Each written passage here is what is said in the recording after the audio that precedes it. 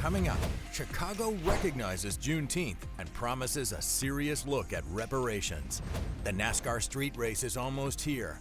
Everything you need to know about getting around downtown. And go inside the secluded spot that attracts bald eagle lovers. Plus, one-on-one with Seinfeld's Michael Richards, finding your perfect sleep strategy, and honoring the life of Willie Mays.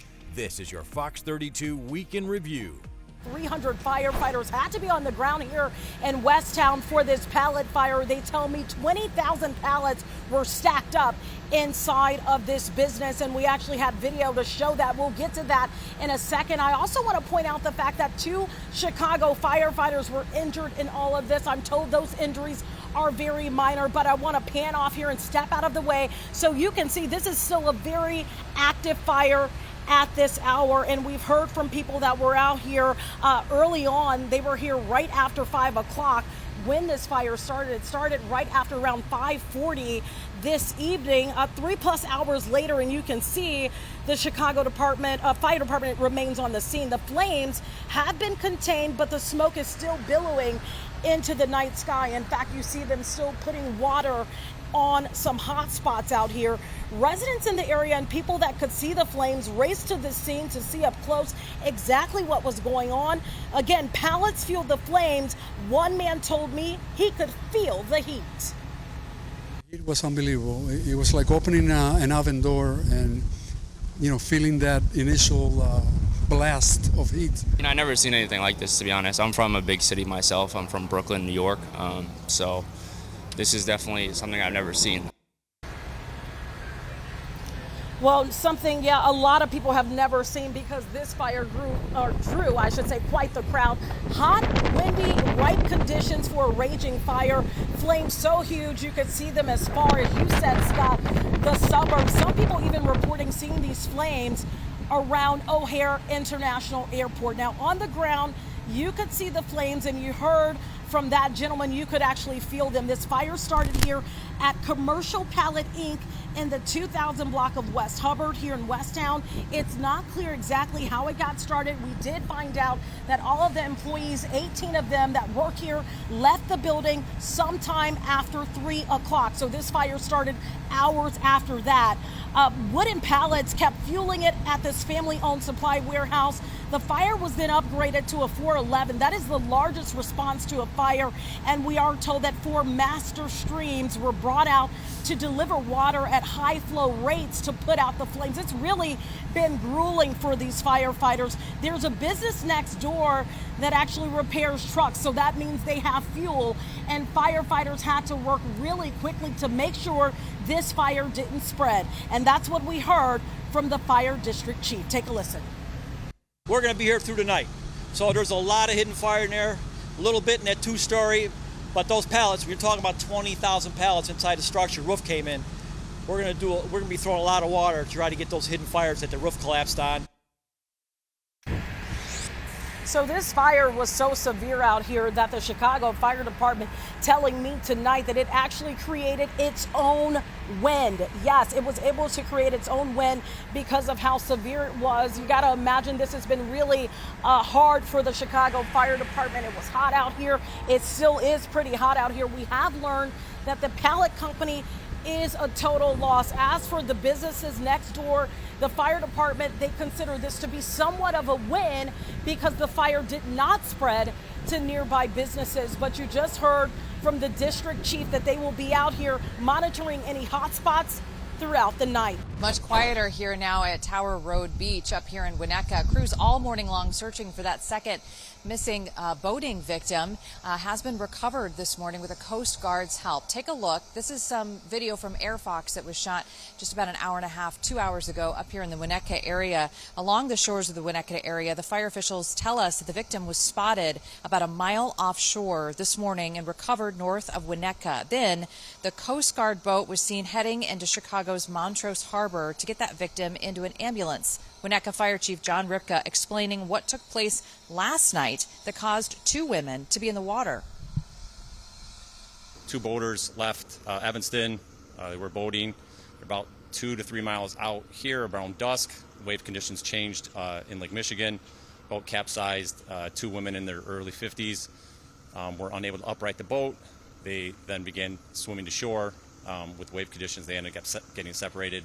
Around 2 a.m., one made shoreline, was able to make it to Sheridan Road and contact for help. That other boater who did make it to shore and got help was taken to the hospital. Reportedly, she is in good condition. This all comes after another tragedy over the weekend. A man fell from a boat into Lake Michigan in Chicago's Playpen. His body has not yet been recovered. Here's what's happening tonight. A pedestrian walkway is being installed and more viewing structures are going up overnight. So there will be some more seating for folks to look at come tomorrow morning. This will impact temporarily, that is, the northbound lanes of Michigan Avenue between Congress Plaza Drive and Jackson Drive. But it won't be taking place around the clock. In fact, it was set to begin at 9 p.m., but those lanes are still open at this hour, so we anticipate it will go into effect any minute now, lasting until 2 in the morning. It marks the second set of closures to impact the Grant Park area ahead of this year's street race. Last week, Ida B. Wells was shut down between Michigan Avenue and Columbus Drive, where main viewing areas are going up. And from here on out, closures will only ramp up, with the big impact to be felt starting next Thursday, June 27th. That's when full closures, including on Jackson Drive and the next day on Balbo, are getting underway. Tonight, Chicagoans are weighing in. On the train and I ride the bike, it's not really bothering me, but I do understand people, they gotta come from the south side all the way up north. It does irritate folks. This area, traffic-wise, is terrible in the morning. It is a little bit difficult to get around and to navigate our routes and stuff like that with the street closures, so that can get a little frustrating. But other than that, it's not that big of a deal for me. I think it's awesome. It's great. It brings a lot of more people here, and it adds to the events that we already have going on in the summertime. It kind of remind you of a video game. There's so many different streets that can take you the way you want to go out here, so no, it don't bother me. And this is only just the start. Setup will continue up until race day, with a whole lot more closures to take effect. As we mentioned, that big one coming up next Thursday, June 27th. You can track all of these closures on our website. But the good news is that crews have shortened that setup and takedown time from 25 days last year to 19 days this summer. Chicago would become the second largest U.S. city after Los Angeles to study reparations for black residents. And Johnson's executive order begins with an apology on behalf of the city for the historical wrongs committed to black Chicagoans and their ancestors. Reparations will be an investment in our neighborhoods and our people. Reparations will unlock the doors for prosperity to fully flow through the neighborhoods that have been disinvested in for decades.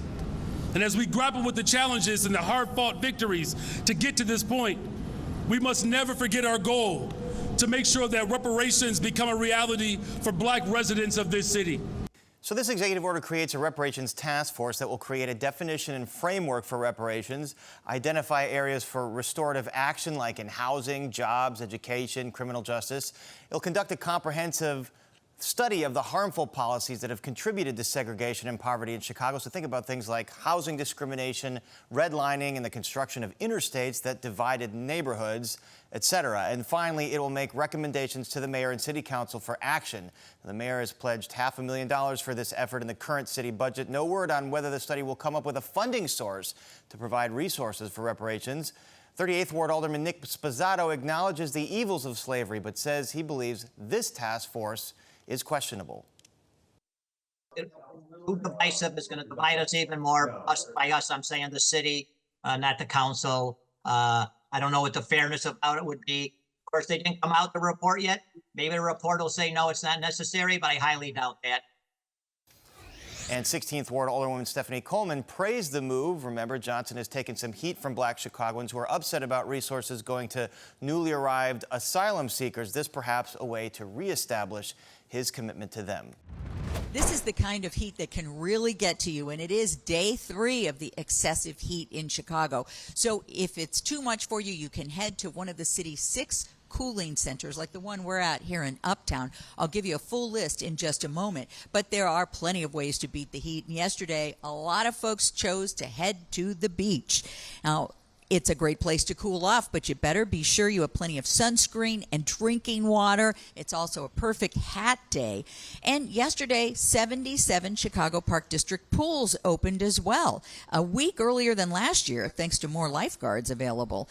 For these folks, it just didn't come a minute too soon. It's been nice because I think 2 years ago the pool wasn't even open, so it's been nice to have just a pool that you can go to. I do dive and then I go all the way to the deep side. It's usually good for hot days. She's a Pisces, so my girl's supposed to love the water, but she is not digging the water today. Maybe it's because I woke her up from a nap just to get in. Maybe that's why. But my sister's also here, and we're just switching off, taking turns. I usually just relax. I swim a little bit, jump in. But, I like to just chill at the pool with my family. Not everybody's able to head to the pool, so if you're concerned about an older neighbor or relative who may be at risk, here's a list of those cooling centers. There's one in Inglewood, another at Garfield Center, and that one's 24/7. The King Center on Cottage Grove, the North Area Center where we are in Uptown, and South Chicago Center on Commercial Avenue, along with the Trina Davila Center on the west side. Those are open 9 to 5, Monday through Friday. But once again, the Garfield Center is an emergency cooling center, so it's open 24/7. Now I want to give you a couple of quick suggestions, some tips for beating the heat. You want to stay indoors if you can, but if you don't have any air conditioning, pull the blinds, turn off the lights. Try not to use the stove or the oven because that'll add some degrees for sure. And if you're heading out, wear light, loose clothing, and whatever you do, do not leave your children or your pets in the car, not even for a moment. Not in this kind of heat. They are the eyes and ears on the street, trying to hold down violence in Chicago. And today they're celebrating new funding with a focus on 4 troubled communities. I am more hopeful than ever that Chicago can become the safest city in America. Lofty goals getting applause from scores of violence prevention workers from across the city. They're celebrating increased funding from private and public sources to scale up networks of violence interrupters and fund services to provide alternatives to gangs and crime. When you hear the word scale, what we mean by that is serving 50 to 75% of the people that are at the highest risk of shooting or being shot. Much of the increased funding will focus on 4 communities: Austin, Garfield Park, Humboldt Park, and Little Village. Most of the young people out here want change. They don't know how, they don't know if they have an opportunity. So if you get people come to you and they want change, not to offer it to them is a big, big mistake. One of the neighborhoods being targeted, Humboldt Park, saw a mass shooting just after midnight that left 5 people wounded. This video from the Citizen app. Fred Wallace is one of the violence prevention experts who responded to the scene. It was hectic. Everybody was everywhere. So, our job is to make sure there's no retaliation. So we have to get out there and talk to the people to find out what happened. Right now, the homicide rate in Chicago is down about 16% compared to last year. And while these violence prevention workers say that's encouraging, they also say it's not nearly good enough. Well, the Great Lakes are, of course, an incredible place to come and cool off, especially as temps continue to soar here throughout the city. But water safety experts want to ensure that we're doing our very best to be safe this time around. Now, this after 2 people are killed, at least 1 man still missing. Let me bring you all up to speed. Authorities telling us a man and woman went into Lake Michigan on a raft, which then flipped over. A 16-year-old woman was pulled to shore by witnesses, but the body of a 16-year-old man was recovered by divers. That man was pronounced dead at Weiss Hospital. Then in Winnetka, the body of a 50-year-old woman was found after a 12-foot sailboat that she was riding on capsized. Finally, from Saturday, a man still missing after falling off a boat near the Playpen that's located 700 Lake Shore. Authorities still working to locate him. Now, we did catch up with Dave Benjamin with the Great Lakes Surf Rescue Project. He said lake goers should exercise common sense, but also pay close attention to water conditions, especially at night. If you witness someone submerging, marking the last seen point with, so the first responders have a place to start their search because they're going to have to assess if there's currents flowing or not and then which way those currents are flowing. If you see someone struggling in the water, reach something to them or throw something to them that floats. Don't go in the water, call 911. Oftentimes would-be rescuers often become drowning victims because they don't have lifeguard training or equipment, but they're just entering a dangerous situation, hoping to help, but when they may contact the person, if they're still at the surface, unfortunately a drowning person can climb all over you. As you can see, a pretty packed beach here at 57th Street Beach. A lot of folks out just trying to cool off a bit. Also, you see 2 lifeguards in the water making sure everyone stays safe. That is indeed what experts say you should count on. You should only come to Chicago beaches and lakefronts when there are lifeguards present. They tell us that you should only access the water during opening hours and again when those staff are here.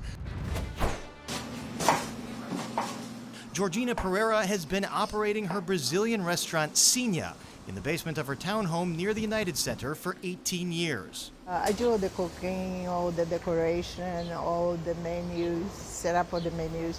Pereira is used to events like Bulls, Blackhawks games, and concerts, but the Democratic National Convention promises to have a major impact on her home and business. She's likely to fall within a yet-to-be-decided security perimeter around the United Center, and she's been told she'll have to have her car searched every time she chooses to leave home during the week of the convention. I think I'm going to lose a little bit of freedom in terms of coming and going. But that's to be expected. So we're trying to get the answers. 27th Ward Alderman Walter Burnett represents the area and lives 2 blocks from the United Center. He says he still has a lot of unanswered questions for the Secret Service, both as a representative and as a resident.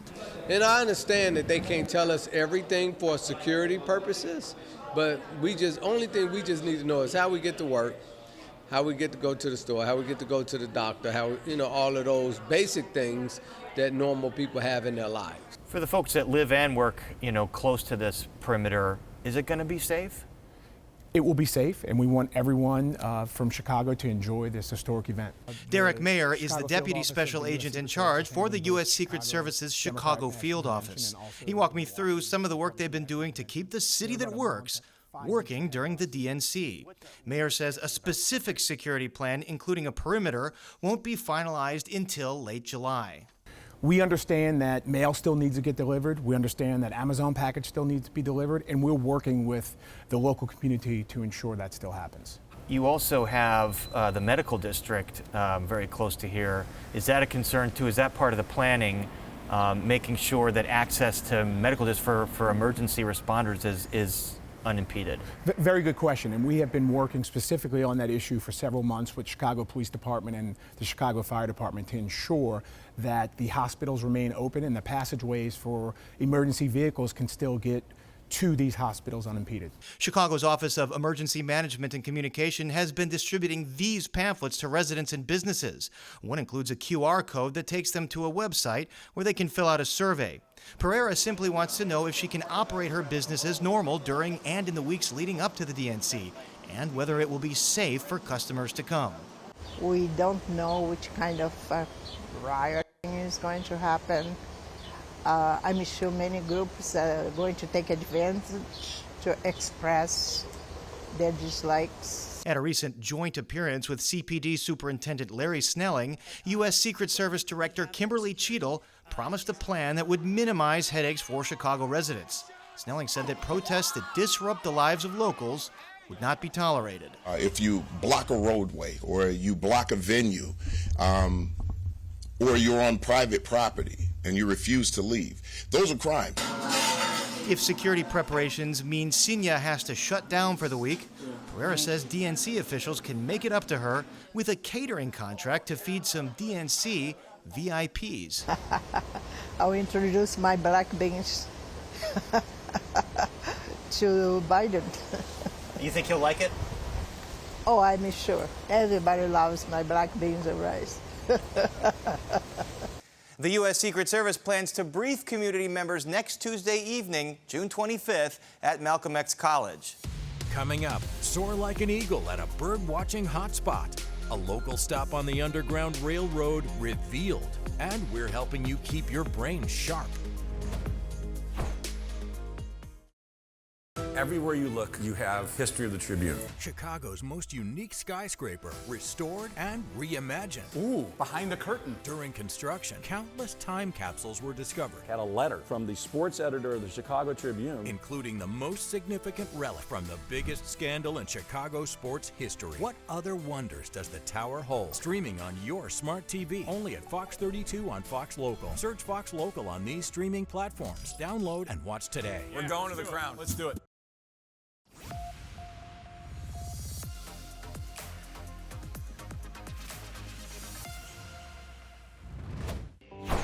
When I want to take a break from the fast-paced world of TV news deadlines and get back to the fundamentals that sparked my interest in photography in the first place.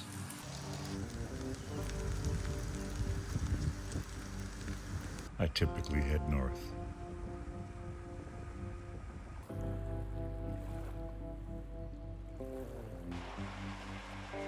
Wisconsin is home to hundreds of river dams on the Mississippi, the Fox, and Wisconsin rivers. These dams provide nutrient-rich habitats for aquatic life and for all those who hunt for it.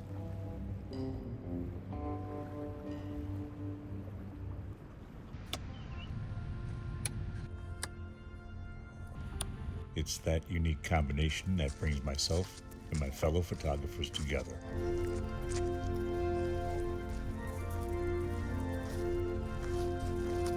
And for just a few hours to live in their world.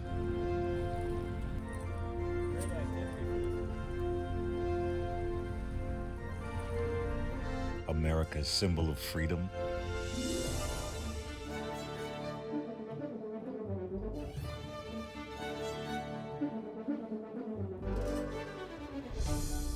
The American bald eagle.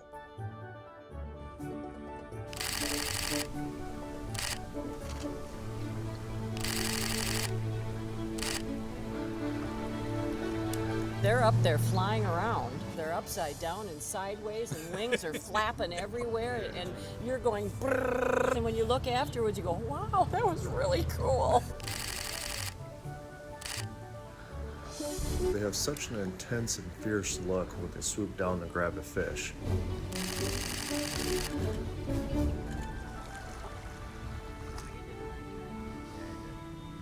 And when you see them soaring up in the air, they just seem so majestic. When you're out in the wild, like if you just stop and pay attention for a couple minutes, how much stuff is around you. Heron right to the left, just sitting there. I've always been into wildlife. I've always had a soft spot for animals and stuff like that. And then once I go out to the wildlife, I get to step into their world. It's like a whole new world. He's coming into a right. Which one do I go for? Right? Oh man, look at you. My grandfather was a big outdoorsman. He did all sorts of hunting. One thing he said that really stuck with me is just being out in nature, being out in the woods, peace and the quiet.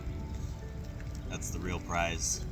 Those experiences where I'm out there and it's just me and the animal, and they don't seem bothered or spooked by me, and I know I'm being discreet and respectful of them, and it's just like you're on a different planet for a moment there. Sometimes I like those pictures better, where they just got the fish and they're just coming right at you. Well, they tell more of a story. Right. He's not just coming at you, he's coming at you with something that he just caught. I love being out here. It's just the best interacting with these majestic birds and watching them hunt and fish and interact with each other and do what they do. It doesn't get better. Sitting out in nature and watching it do what it does. It's fun to follow them, though. You feel like you're flying with them. Oh, it's a feisty one. I was a critical care paramedic for 14 years. So this was my therapy, away from work, try to forget all the things we see at work then you just go out in nature. Just watching their size and how graceful they are as they glide through the sky, and then how quick they are and acrobatic when they decide to dive down and catch fish. It's just something else to actually witness, up close and personal. Oh, here comes the baldy to our right. Right to the right, Joni. Right here. Did he get it? No, he's... I don't know. Coming back around. Look left, look right, look left, look right. Now there's a bunch of them. Oh, wow. Look at them. Here we go. Oh, we got one. Well, that was an awesome day, guys. It was. It doesn't get much better than that. That's pretty good right there. For sure. Willie Mays has been called the greatest all-around baseball player of all time. Won the MVP award twice, finished second 2 times, and was a 24-time All-Star. Mays was a 5-tool player, great speed, terrific arm, solid fielder, and hit for average and power as well. Mays was a prolific hitter, but he enjoyed fielding more than anything. His famous over-the-shoulder catch right here, the 1954 World Series, one of the greatest plays in Major League Baseball history. The Say Kid could hit, career .301 hitter, 660 home runs, 525 doubles, and he was a National League stolen base leader 4 times, led the National League also in home runs 4 times. As a player, Mays set many on-field records, but his off-the-field record is most appreciated by fellow players.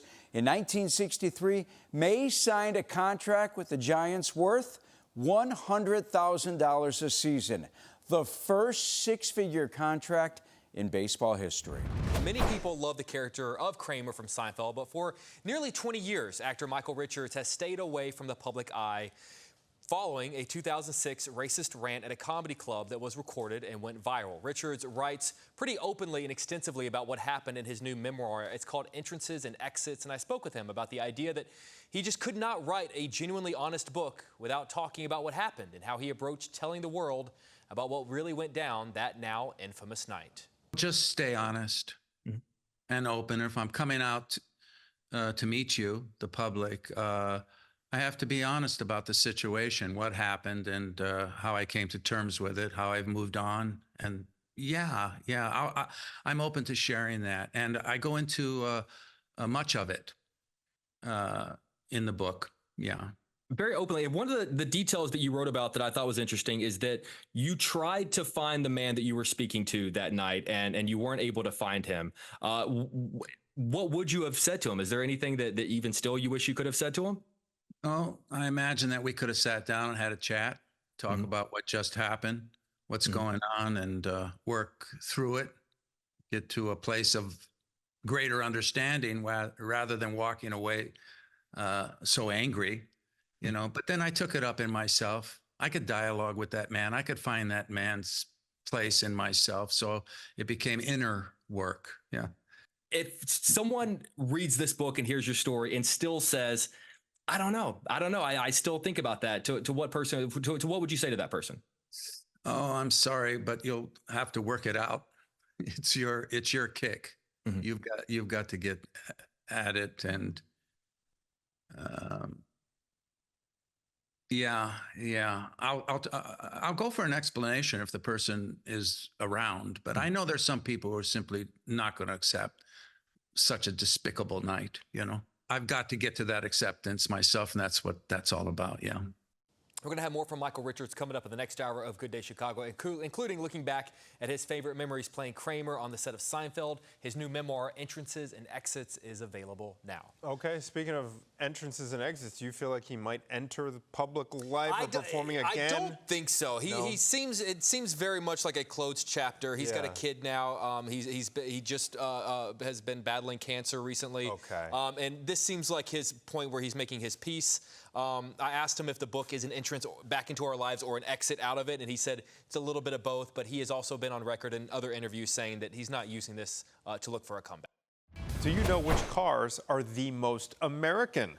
Cars.com just released its 2024 American-Made Index to answer that very question, and this morning we are joined by Aaron Bragman from Cars.com. He's Detroit Bureau Chief. Aaron, good morning to you. Thanks for being on the program, sir.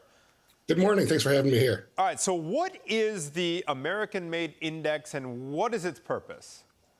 Well, shoppers have told us, up to 60% of shoppers, that it really does matter to them that the vehicle they buy has a good impact on the American economy. And so what we do every year since 2006 is do an analysis of the vehicles that are on sale in the United States, over 400 this year, to see which of them are really the most American of the American-built ones. And there's 100 of them that made the list this year. All right, let's run through which vehicles topped this year's American Made Index.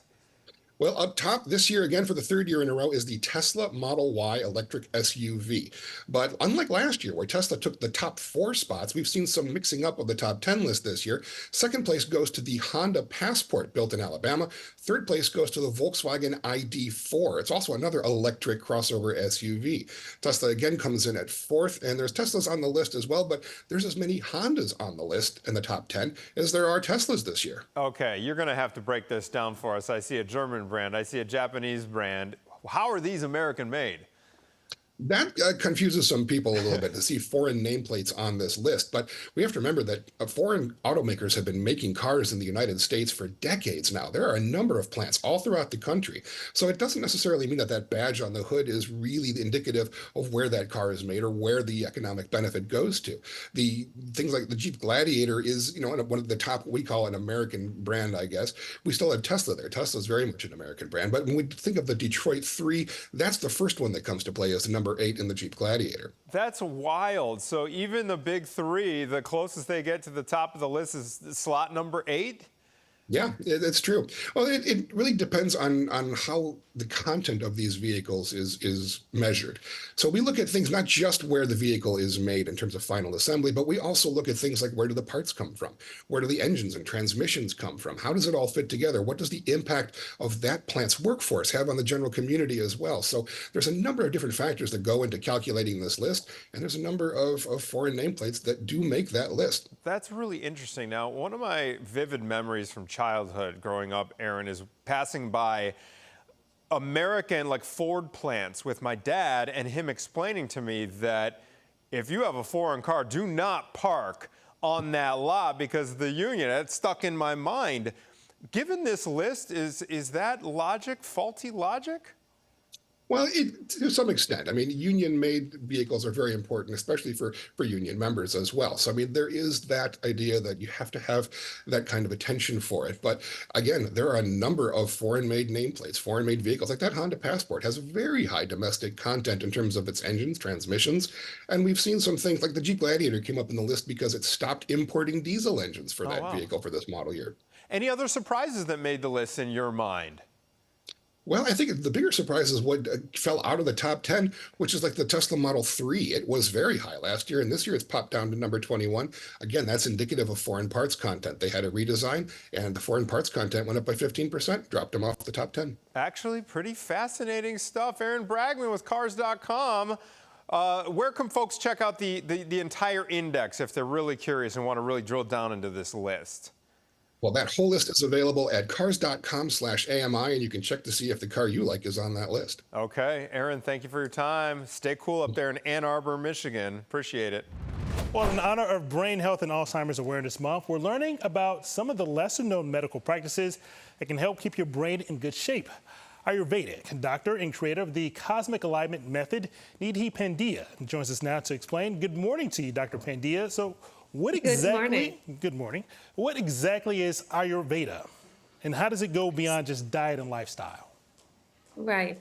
So Ayurveda literally translates into the science of life. It is often referred to as the sister science of yoga. But the fact that it is the science of life, its scope is really vast. Everything from treatment and prevention of disease to brain health, to nutrition, to lifestyle, to mindset. In fact, a lot of current trends today like turmeric, ashwagandha, oil pulling, dry scrubbing, intermittent fasting, they all have their origins in Ayurveda. How does this impact both brain health and brain disease? Right. So Ayurveda talks about brain health in great detail. There are two main enemies of the brain. One is stagnation, and second is burnout. Now, stagnation can come from not using the brain cells enough, getting stuck in mundane tasks, not making new neural connections. But it can also come from certain feelings like depression, repression, withdrawal. At the same time, certain conditions like alcohol addiction and obesity can cause stagnation. On the other side of the spectrum is burnout. Burnout can come from overproductivity, the desire to multitask all the time, staying up too late at night, and even certain emotions like chronic stress, anger, anxiety. It can also happen from nervous stimulants like caffeine. We're all dealing with a little bit of stress, whether it's family, work, or trying to spend time with friends and balance everything in life. How can using this help people lower their stress and inflammation?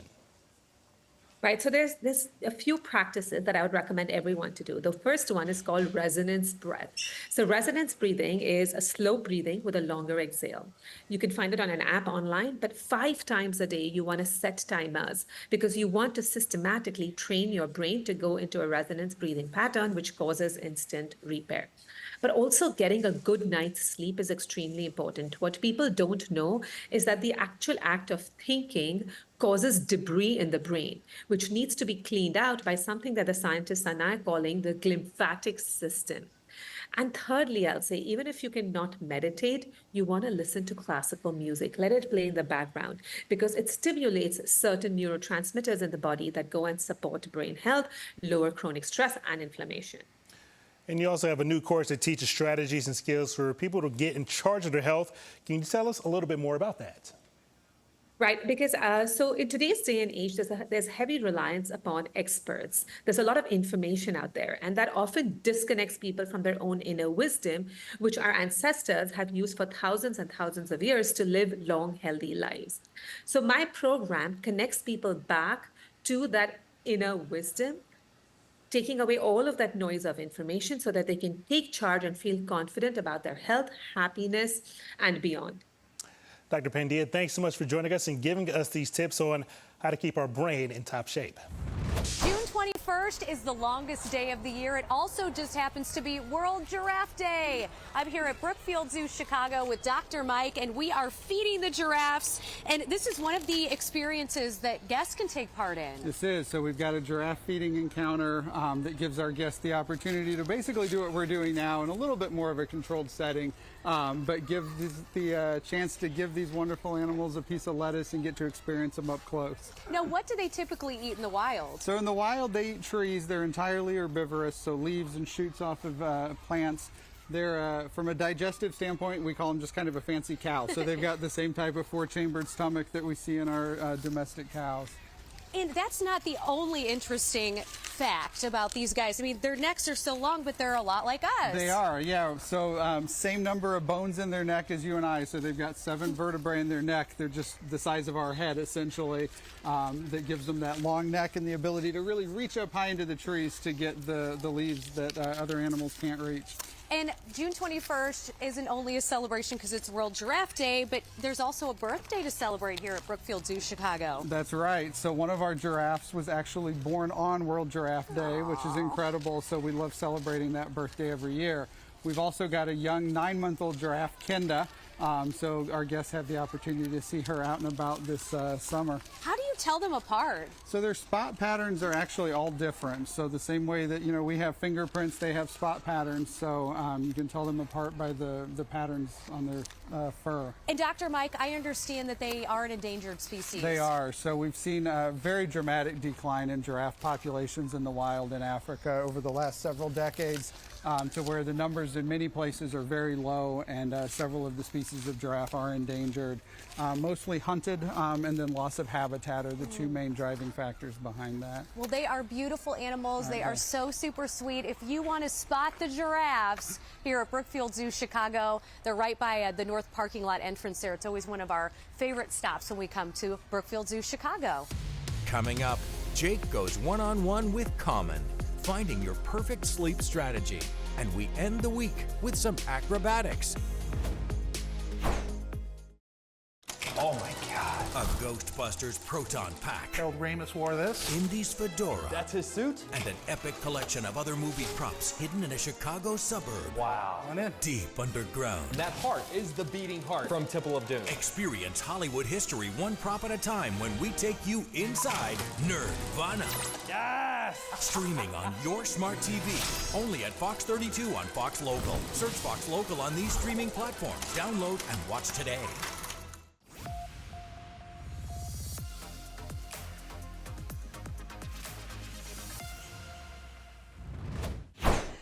Well, hopefully I have a good grip because we're with Get a Grip Trapeze at Foster Beach. My heart is beating probably 1,000,000 miles per hour, and I'm short of breath, so bear with me during this segment here. I'm with Forget Hampton. She is the owner here. Tell me how this started and why you decided to give people the experience of trapezing for the first time. Well, I started almost 13 years ago, and I took a Groupon and fell in love and ended up working here, and now me and my husband took over August 1st, so we just love it and want to share it with everybody else. What's the reaction the first time they do it? Scared like me? Oh, scared but excited, usually. But I think it's healthy to have a little bit of fear when you're trying something new. It's the people that aren't scared that make me a little scared. So you're doing great. Yeah, you're very patient. I bet you're very patient with the classes that people take, right? If someone wants to get involved after they see me either nail it or fail, what do they need to do? How does it work? Yeah, they just book a class online, and then we work with every person individually, and we meet them where they need us to. And if they want to go slow, they can go slow. If they're ready to just take off right from the beginning, we'll work with them. I think I'm just ready to take off from the beginning. But you gave me a little bit of a crash course on the ground, and that's typically what you do, right? To give a feel, get a footing. Is that where the nerves usually calm down once they actually see how it's done? Oh, no. The nerves calm down about 2 hours after class is over. I was scared even climbing the ladder up here. How high up are we, and what is the move that I'm going to at least attempt for this first time? All right. So the board is about 22 feet up in the air, but the net is also pretty far off the ground. So once you're swinging, you're actually not that far off. We're going to be trying a knee hang and hopefully later a backflip dismount. There is no saliva left in my mouth. My mouth is completely dry. My heart is beating. I am shaking. But let's give it a try. Okay, I'm going to hand you the microphone. Charlotte, you're going to be helping us behind here. And let's see if I can hold on. Okay, I'm going to give you this. Yep. What do I need to do? I got your boat. All right. And you're just going to step your toes towards the edge. Stepping my toes towards Exactly. the edge. Nice wide So stance. just Stand like we up nice and practiced? tall. Push your hips out. I'm going to bring this bar up to you and you're going to grab on with your right hand. Here it comes. All right, lean out nice and far. Thank you. Got it. All right, stay right there. All right, stand up nice and You better grab it with your other hand. Put your left hand on the bar. Keep standing up nice and tall. Good. You got great Perfect. form. All right, ready? She's Bend got that your going knees. for her. Hup, jump off the board. Oh, wow. Good job, Gabby. And this is the knee hang. Oh, she's actually Nice. doing all the things. We might lose her to the circus, Brian. I see. I'm glad they sent her because Way to go. me and you were not doing this. No way.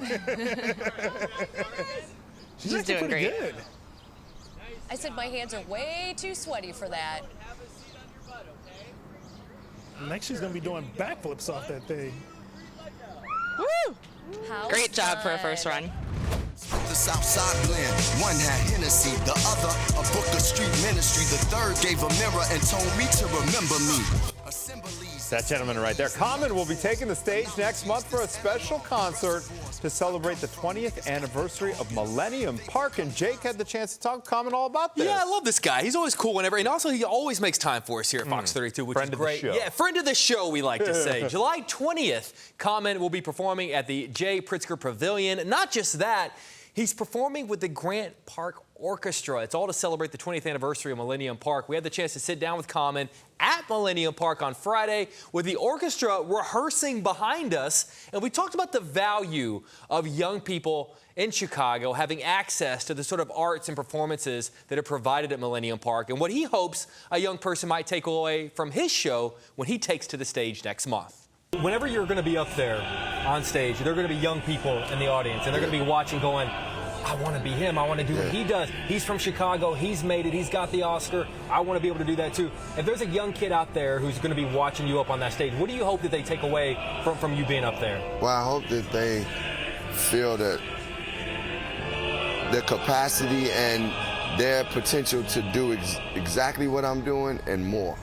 Like, I feel that, like, me being on that stage is a true example of, oh, I can do this, you know, and I want them to see that, like, it's so much, it's limitless what you are able to do when you put your love and passion into it. But you gotta find something that you love to do. I would like a young person to be like, I could tell this dude, he's been doing this for a long time, but he loves it. And that's what we want for our kids, for them to find something that they love doing.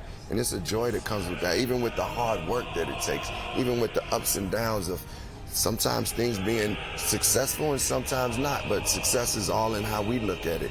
And through that, a kid just being like, you know what, I'm gonna find my performance, what performance is for me and what music is for me.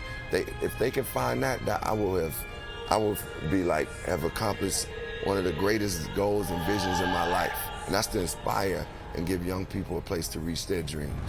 This morning, we turn the spotlight on a local woman who's making a difference in a big way with her mentoring organization for girls. In this room, there's power. The power to build, the power to learn. Ladies of Virtue Chicago is helping young Black girls grow into the confident leaders of tomorrow who can walk into any room and thrive. Regardless if somebody is cheering for you, clapping for you, if you are cheering for yourself and having fun for yourself, you can do anything, yeah? Yeah. In their 3-day mini camp called STEM Beautiful, girls focus on STEM careers primarily in fashion and beauty. It's not what you wear, but it's how you wear it. Local businesswomen come here knowing the immediate effect on impressionable minds they can have. I am a lead product scientist. My job mainly focuses on community outreach, providing exposure to the career opportunities that we offer in a trade and STEM career.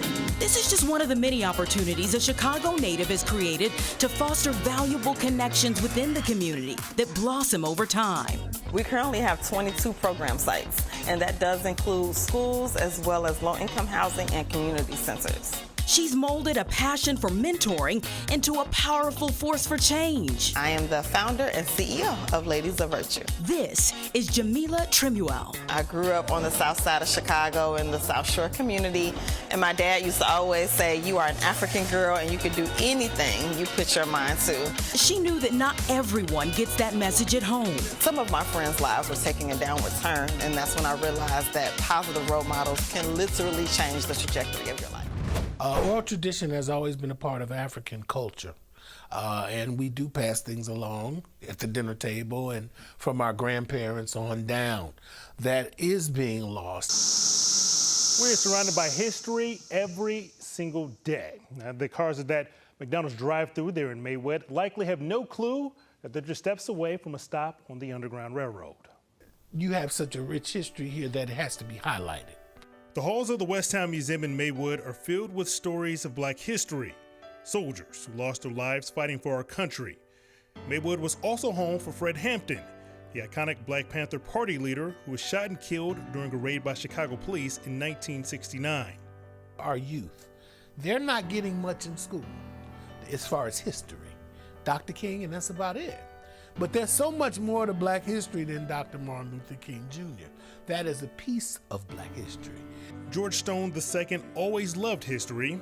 That was passed down from his mother, Northika H. Stone, who founded the Westtown Museum of Cultural History with Jerry Stinson in 1995.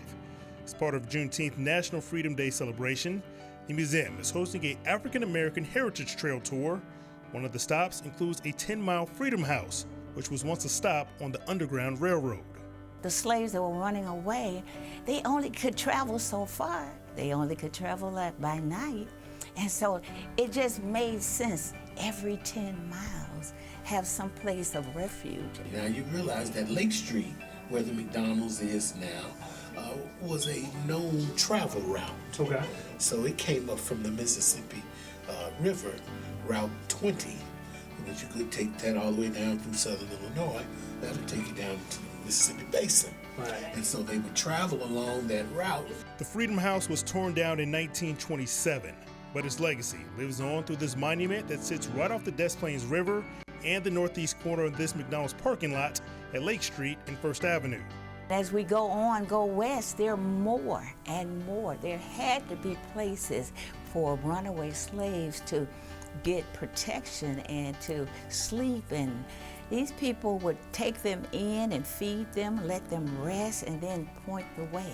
So we were lucky enough to find that on First Avenue at the McDonald's place is our Underground Railroad spot. Every 10 miles or something, there was another rest haven. And so this was just one of them. And then off, up to Lake Michigan and up to Canada, to freedom. Since the summer season is one of the best times to catch up on your reading, you might need a little inspiration on what book you should pick up next. Senior editor on the Amazon Books editorial team, Lindsay Powers, joins us now with a look at some of the top reads of 2024. Lindsay, thanks for joining us. Downers Grove's own Lindsay Powers. Let's get right down to it. What is the #1 book so far this year? So thank you so much for having us. The Amazon Books editors unanimously agreed that James by Percival Everett is the #1 best book of the year so far. It's a modern day retelling of the adventures of Huckleberry Finn told from Jim, aka James's point of view. It's subversive, it's smart, it's funny, it's like a rollicking adventure, and we think it is probably the best book of the year, right? Like it's like not just so far, it's the book to beat, and it's such a new American classic. Out of the top 20 books of the year, which are the best for all kinds of readers? Oh, well, that's a great question. I mean, so many of these books I feel like you could hand to anyone, but I'm going to go with The Ministry of Time by Kellyanne Bradley, rather. She is a debut author, and this is kind of a genre-mixing book. There's a little bit of history, historical fiction. There's a little bit of romance. Some of the women on our team had a crush on the main character. There's sci-fi. There's time travel. It's super creative, and it's a wonderful gift to give anybody. What are some of the most popular categories and genres of books this year? So on the Amazon Books editorial team, we read mystery, history, fiction, nonfiction. We've got on our best books of the year so far list All the Worst Humans, which is this wild, eye-popping memoir about a PR hitman who's babysitting Gaddafi's son and foiling the U.S.'s attempt at a World Cup. I mean, literally, whether you are looking for the hot romance, which could be Kennedy Ryan, you're looking for the big summer blockbuster, Kristen Hanna, The Women. We are updating books every day on AmazonBookReview.com, and this list will appeal to anyone. Okay, so I've got a question about the inner workings of this editorial board. How many books are you guys reading, let's say, in a week, and how many people make up the board? So there's 9 of us on the team, and we each read widely. We read hundreds of books every year, and we vote for the best books of the month. And then we get into a room and look over our favorite books from January to June of the year. And we lovingly argue and debate about which books should be on the list. And these are books that our team cannot stop talking about. We're texting our friends about. We're sending each other screen grabs of what the dialogue is saying, which is Martyr, for example, right? Like if you love Demon Copperhead, you will love Kaveh Akbar's debut, Martyr. These are books we just are so excited to scream from the rooftop and just put in anybody's hands. Hopefully we can get a suburban thriller on that list. You can include Downers Grove and can say, I know all about that community in the future. Let us know. Absolutely. All right. Thanks, Lindsay. We don't get nearly enough sleep. So how do you suggest that we should go about trying to change that? Okay, one of the best sleep strategies that you need to implement is to find your chronotype. This is why I wrote the book, Bear, Lion, Wolf. And so for anyone who doesn't know, your chronotype is a categorization system for your circadian rhythm. You can either be a bear, lion, or a wolf. Now, why is this so important to know? Because 1, it tells you how long you need to sleep for. 2, it tells you the best times that you should go to bed and wake up. And it even tells you typical personality traits that you can leverage to get your best night's sleep. Walk us through what are the differences between the bear, the wolf, and the lion, and where did that come from? For sure, for sure. So chronotype theory came around in the 70s. So it's been around for many, many years, but just something that is very underused by everyone, really. So how do you know if you're a bear, lion, or a wolf? So realistically, the easiest way is to ask yourself, what time do you like to go to bed and wake up? If you are somebody who likes early to bed, early to rise, that's me, then you are a lion. Okay. If you are on the other end of the spectrum, you love the nights, you want to stay up and, you know, you really come alive in the evening, then you are a wolf.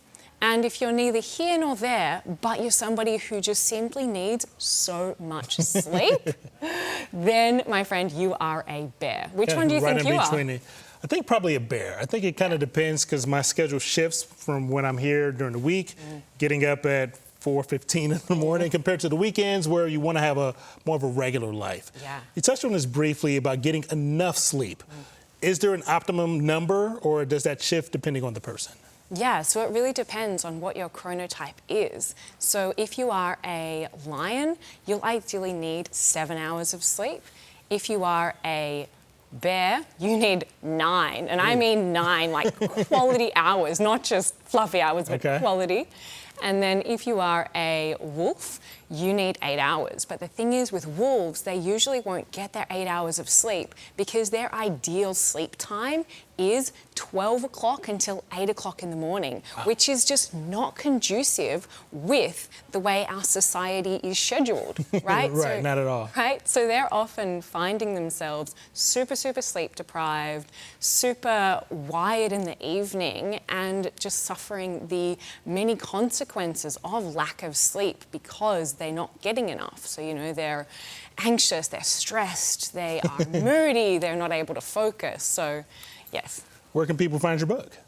So, at the moment, it is on pre-release in America, but it is in my home country of Australia. And so the best way to make sure that you get the book when it is released in America is to connect with me on Instagram. I'm Olivia Arizolo. Or if you type in Australia's leading sleep expert, you'll come up. And then I'll be able to share with everyone when it is released and all of my other sleep strategies as well. This has been your Fox 32 Week in Review. See you around next week.